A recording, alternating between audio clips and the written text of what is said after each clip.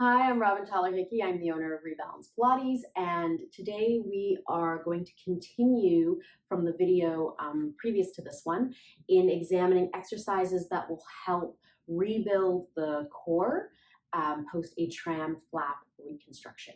These are exercises that are safe to do when you're first starting to rebuild the program. So we're starting slow. We're going to slowly add some load into it, but we're really going to focus on that pelvic floor breath, making sure that the foundation of our house is nice and supportive. To get down onto the floor safely, come onto your side and then roll yourself onto the floor. Okay, sitting up or coming down like this compromises the incision site and just really is not going to feel very comfortable for you. So onto your side and a nice little roll onto the back. You are going to need a towel for one of these exercises, so please keep one close. But we're going to start with exercises or a little movement exercise called the pelvic rocks. So I love feedback, as you probably have guessed by this point. I like to know where my body is in space. And so I want to know where my pelvis is in space now that I'm starting to find that support structure again. So placing my hands into that little triangle, I'm going to place the thumbs under the belly button, the fingers towards the pubic bone. If you feel like it just doesn't feel good on the incision site, then you can place your hands on the hip bones to the side. So whichever feels most comfortable for you. And I'm going to let my tailbone feel like there's a little balloon on it, and it's just going to gently float up toward the ceiling. And as it does so, I can feel my back begins to just gently flatten against the mat. And then I'm going to let that release. And now I'm going to think of a little anchor on my tailbone. It's just going to start to feel a little heavy, and I'll feel like the hip bones are just gently lifting up toward the ceiling. And I'll feel a bit of a space in my low back, and I'm going to let that go. So this is a very small movement. It's very easy to kind of jam down and squeeze the bum and jam down and lift the ribs. But we want to keep the bum really quiet during this. And we want to just keep the movement very small and easy. We're just looking to kind of feel where we are. And as we start to make that movement smaller and smaller, we want to find that happy medium between those two extremes to find what we call a tension-free neutral position. So it's just kind of a nice, easy position for our pelvis to be in. From here, we're going to do a couple of those pelvic floor breaths. So as I take my breath in, I can imagine that clock face of my pelvic floor, 12 o'clock pubic bone, 6 o'clock tailbone, 2 sit bones, 9 and 3. And I'm going to imagine that they're widening as I inhale. And as I exhale, I'm going to pull that clock face in and up. Inhaling and exhaling. One more time. As I do this, I don't know if you've noticed this, but my pelvis didn't change. I sometimes see when people inhale, when they exhale for pelvic floor, they kind of jam their back into the mat. Ideally, I want to keep my pelvis nice and quiet during this. So there's that tension-free position that I'm working in, staying tension-free as I find that deep muscular engagement. I'm going to start to add some movement to that breath. So as I take a breath in, I'm going to imagine my pelvic floor stretching wide as I let my knees open to the side.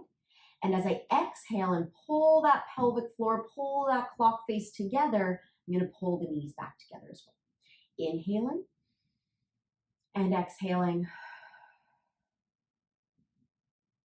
Inhaling and exhaling. So we talked in the first video about how when we engage that pelvic floor, there's a bit of a spillover into the deep abdominals. Because of the incision and the removal of some of that musculature, it may feel kind of numb and you don't really feel that muscle engage very well. I like to place my hands just above the hip bones at the obliques, because that way I can feel the breath into the hands and then exhale. I can still feel that there's engagement happening at my obliques. So I can still sense a bit of that connection between the pelvic floor and the abdominal muscles. I can do a single leg version of this as well.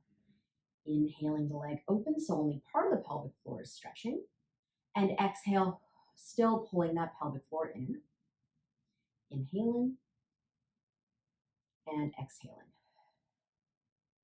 So I have my hand again around my oblique on this. It's easy as the leg goes to the side for the pelvis to start to lift. I'm exaggerating a little bit.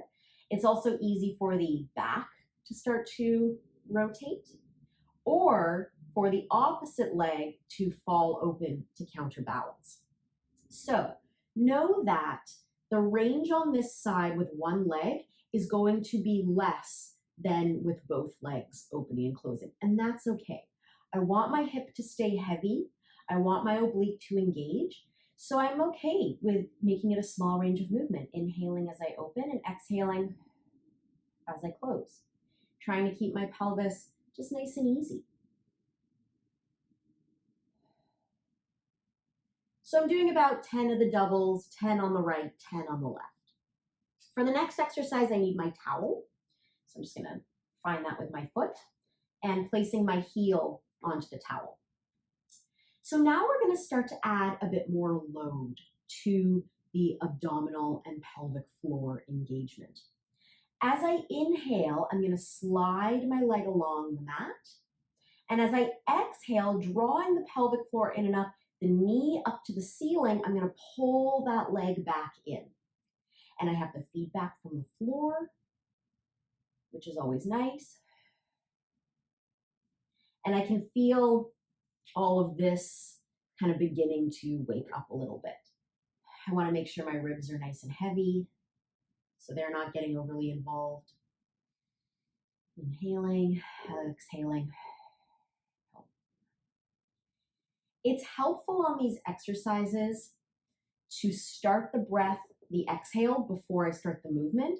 So that way, everything is kind of already engaged for when I start that movement up. So I've inhaled my leg down. I'm gonna start my exhale. And then I started inhaling. I'm gonna start the exhale. And then I pull the leg up.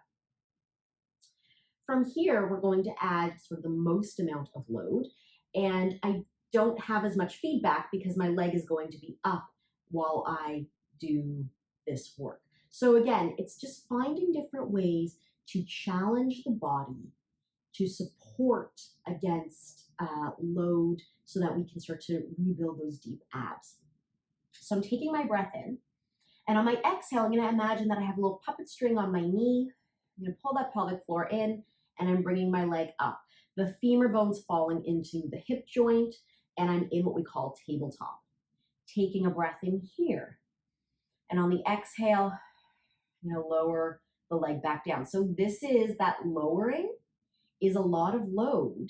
You might want to pull into your back as you do it, but our challenge is to find that pelvic floor, find that abdominal support against the load so you're not tipping the pelvis and you're not jamming into the back.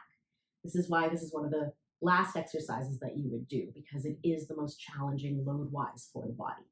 So we're inhaling to take a breath in to prepare, and on the exhale, up, inhale, prepare, exhale, down. In time, you can move to a 2-breath pattern where you're inhaling up, exhaling down, inhaling up, exhaling down. That's an exercise that you're going to work up to. So those are, again, 3 or 4 exercises that you can do that are going to start to wake up those deep abdominal muscles, that pelvic floor breath, and we're really starting to rebuild our house to make sure that we're getting the best support system possible for our torso and for our posture post-TRAM FLAP reconstruction. Thanks so much. We'll see you soon.